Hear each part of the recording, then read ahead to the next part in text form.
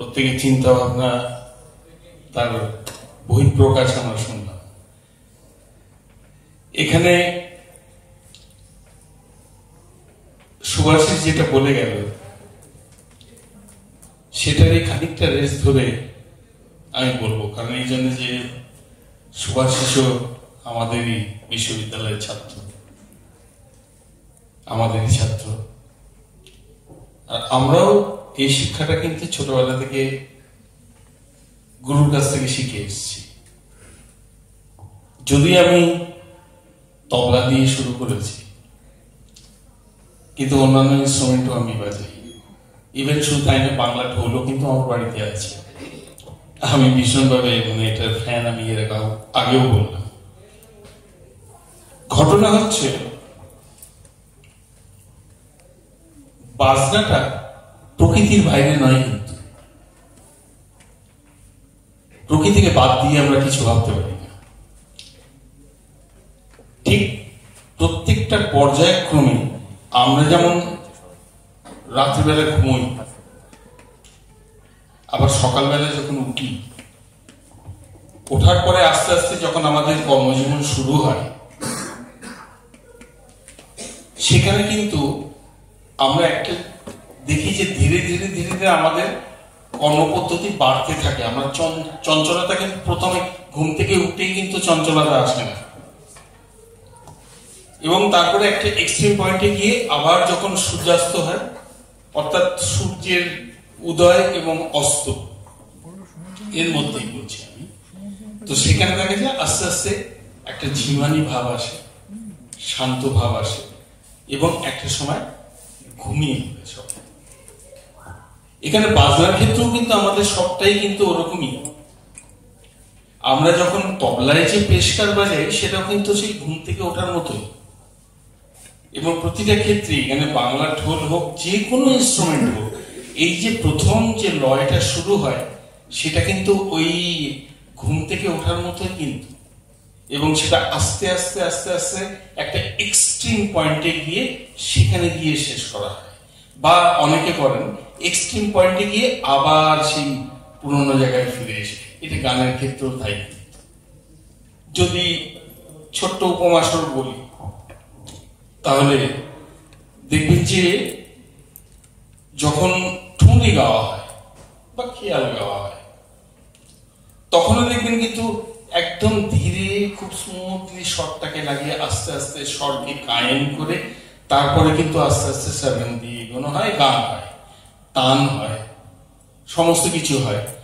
এবং ঠুংরির ক্ষেত্রে বিশেষ করে দেখা গেছে একটা এক্সট্রিম পয়েন্টে তবলাবাদকও নিয়ে যাচ্ছেন, গানও সেখানে যাচ্ছে, এবং সেখানে গিয়ে হয় সেখানে গিয়ে শেষ হয়, নয়তো ঠুংরি আবার সেই মোকড়ায় ফিরে এসে সেই শান্তভাবে সেখানে শেষ হয়।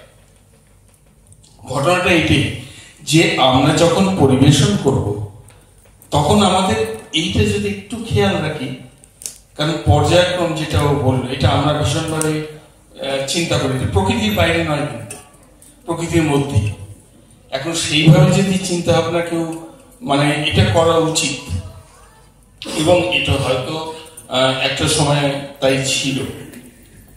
তো আসলে ব্যাপারটা আমি বললাম এই কারণে, এই যে যেখানে দাঁড়িয়ে আমি বলছি সঙ্গীত রিসার্চ ইনস্টিটিউট, সত্যি সঙ্গীত রিসার্চেরই বস্তু। এটা প্রতিনিয়ত প্রতিক্ষণ প্রত্যেকেই কিন্তু রিসার্চ করেন, ভাবেন, নতুন ভাবে ভাবেন, নিজের মতো ভাবেন, অনেক রকম ভাবে ভাবেন। তো ঘটনা এটাই, সেইভাবেই রিসার্চ ইনস্টিটিউট বলে এখানে আমরা কিন্তু এখানে রিসার্চের মতো করেই ভাববো।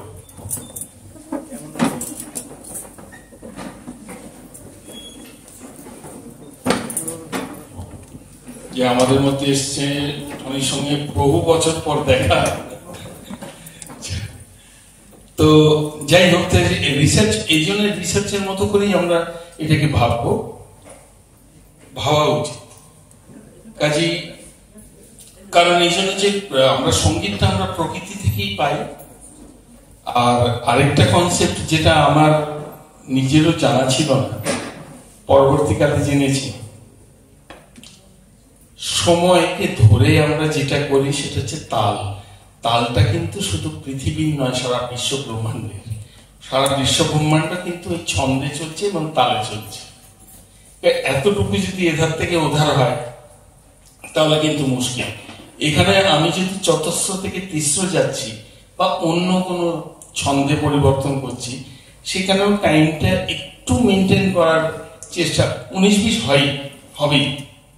এটা কেউ করতে পারে না যে আমি আমার কোনোভাবে লয়ে এতটুকু হেলে না, আমার মনে হয় না কেউ বলবেন। কারণ nobody can say that I am perfect, because each and everyone try to reach near to the perfection.